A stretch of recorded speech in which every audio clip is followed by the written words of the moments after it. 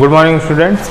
ठीक है, तो आप लोग के साइंस में मैंने बायोलॉजी सेक्शन से एक चैप्टर लिया था आप लोग, cell structural and functional unit of life. ठीक है, उसमें मैंने आप लोग को न्यूक्लियस तक डिस्कस कर लिया था। ठीक है, अब उसके आगे बढ़ते हैं कि न्यूक्लियस के अंदर क्या चीज़ें होती हैं। क्रोमोसोम, ठीक है, जो कि क्या होता है, इनहेरिटेंस के लिए रिस्पॉन्सिबल होता है। इनहेरिटेंस यानी कि transfer of genetic material from parents to their offspring. ठीक है, आइए बात करते हैं। देखो क्रोमोसोम्स क्या होता है।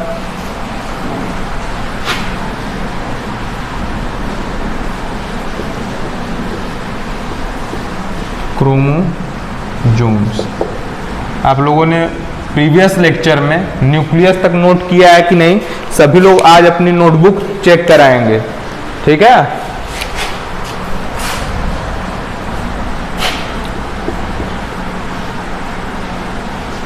The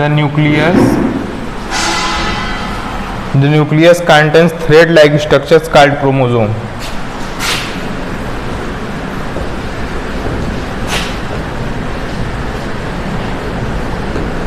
thread like structure called chromosome.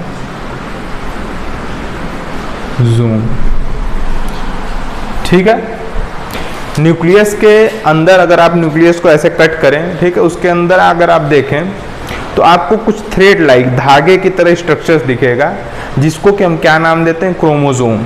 और वही क्रोमोसोम ट्रांसफर होता है पेरेंट्स टू ऑफस्प्रिंग।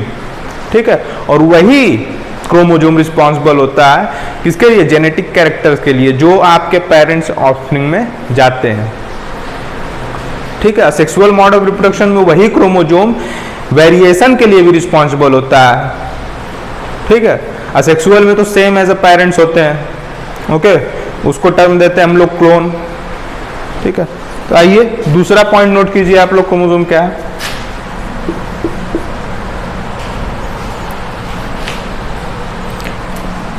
ये क्रोमोसोम क्या करता है, क्या कैरी करता है, जीन्स कैरी करता है। Carry genes and help in inheritance, and help in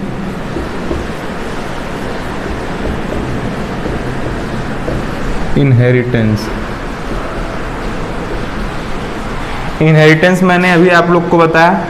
inheritance क्या होता है, the transfer of genetic material from parents to their offspring is known as inheritance.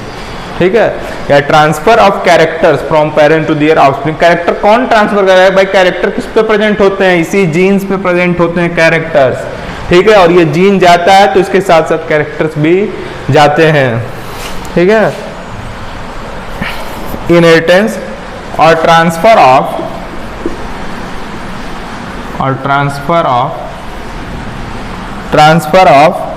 Character from parents to offspring. Character from parent to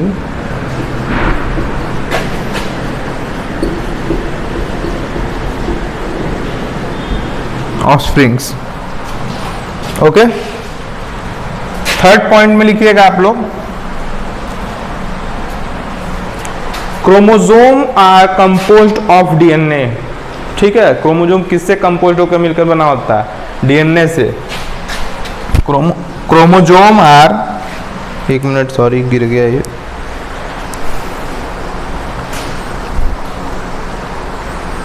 chromosome are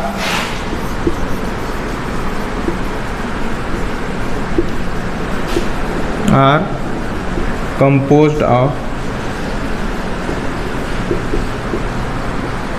DNA. DNA का full form क्या होता है, DNA का full form क्या होता है, deoxy ribo nucleic acid. ठीक है,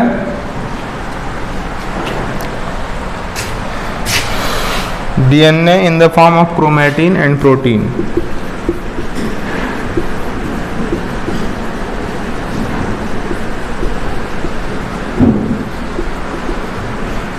Chromatin and प्रोटीन। ओके,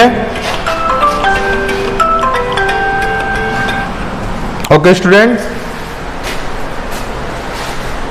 ठीक है। तो आगे वाला पॉइंट नोट कीजिएगा आप लोग। कंपनी का था,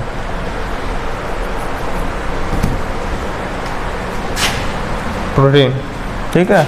अब नेक्स्ट पॉइंट आप लोग नोट कीजिए।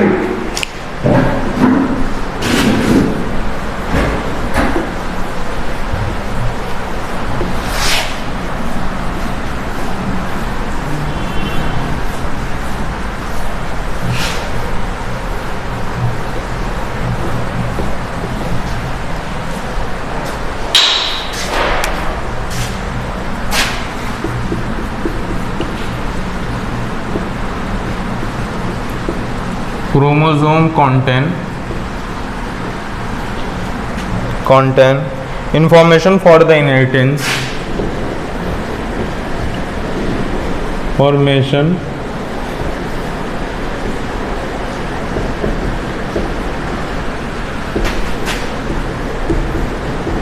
for the inheritance of feature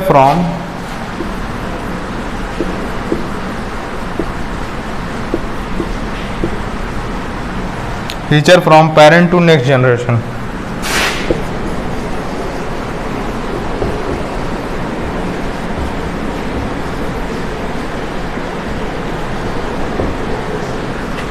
Parents to next generation in the form of DNA molecules. In the form of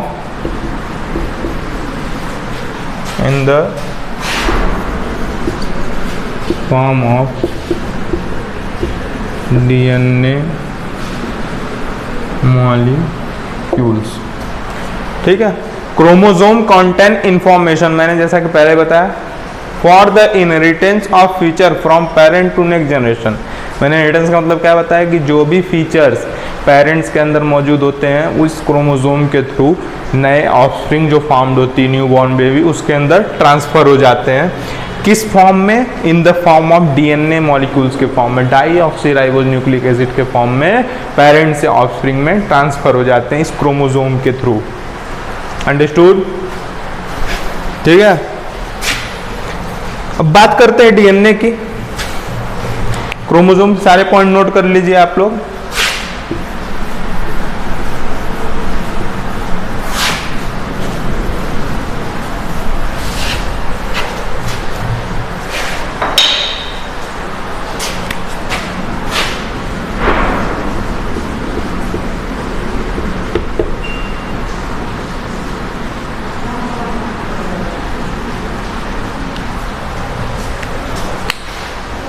DNA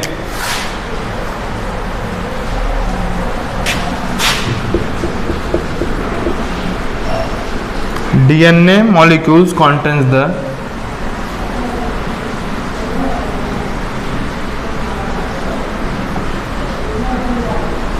molecules contain the information for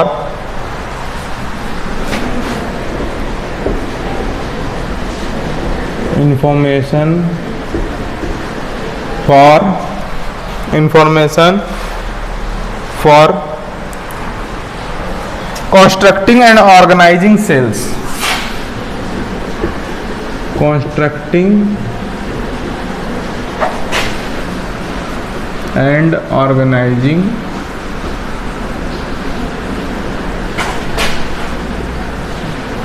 cells. Okay, DNA का आपको structures कुछ यूं देखने को मिलेगा। डबल हेलिकल स्ट्रक्चर्स होता है DNA का, ठीक है। इसके बीच में आपको बहुत सारे बेस पेयर देखने को मिलेंगे ऐसे, ठीक है। फॉस्फेट, ये डीएनए का स्ट्रक्चर है, डबल हेलिकल स्ट्रक्चर। ओके, अब हम नेक्स्ट बात करेंगे वैक्यूल्स की। वैक्यूल्स क्या होते हैं इसको आप लोग नोट कर लीजिएगा। जैसे मैं करा रहा हूँ शुरू से, मैंने आप लोगों को क्या क्या डिस्कस कर लिया, यूकैरियोटिक, प्रोकैरियोटिक, यूनिसेलुलर, मल्टीसेलुलर, ठीक है। उसके बाद सेल ऑर्गेनेल्स में कुछ हो गया, न्यूक्लियस तक। आज हम आप लोगों को क्रोमोसोम पढ़ा दिए, डीएनए पढ़ा दिए। अब हम आप लोग को वैक्यूल्स पढ़ाएंगे और भी बाकी जो सेल ऑर्गेनेल्स बचे, एंडोप्लाज्मिक रेटिकुलम हो गया, ओके, गोल्जी अपरेटस हो गया, इन सारी चीज़ों के बारे में बताने के बाद आपको, ठीक है, उसके बाद आपको क्वेश्चन खुद ट्राई करना पड़ेगा सॉल्व करने के लिए। आफ्टर दैट मैं कराऊंगा, ठीक है। तो वैक्यूल्स नोट कीजिएगा सभी लोग, वैक्यूल्स क्या होता है।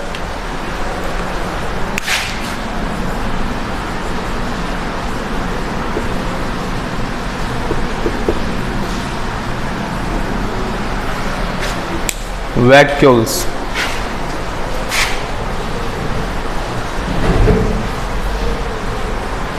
वैक्यूल्स इसको इधर कर लीजिए।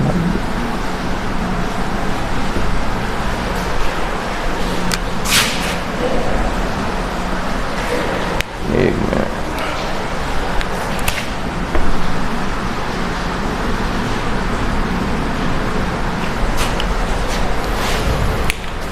Vacuoles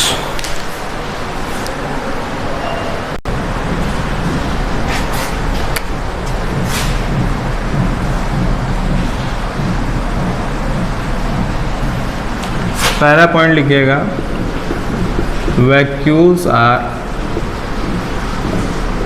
storage bubbles, vacuoles are storage bubbles of irregular shapes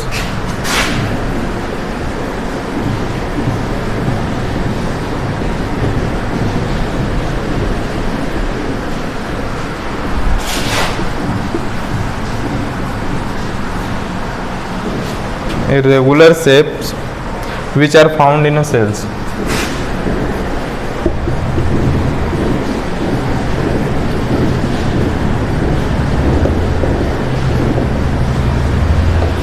found in cells. दूसरा पॉइंट आप लोग नोट कीजिएगा, अभी सारे पॉइंट एक ही बार मैं एक्सप्लेन करूंगा आप लोगों को। Vacuoles store the food, vacuoles store the food, a variety of nutrients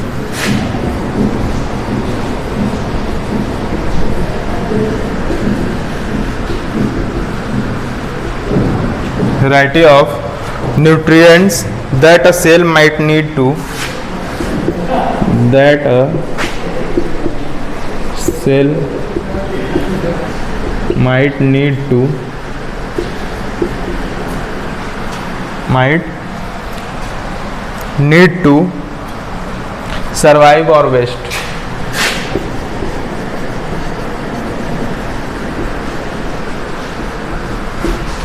survive or waste. तीसरा पॉइंट बहुत इंपॉर्टेंट है, in plant cell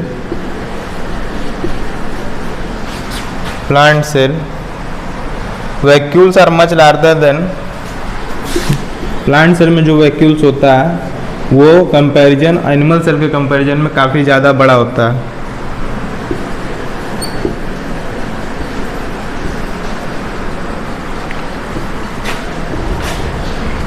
larger than in animal cell. In animal cell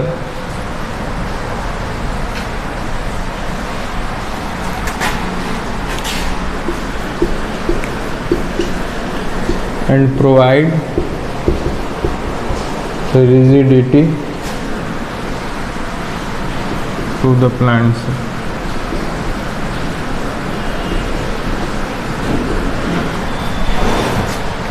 Rigidity to the plant cell.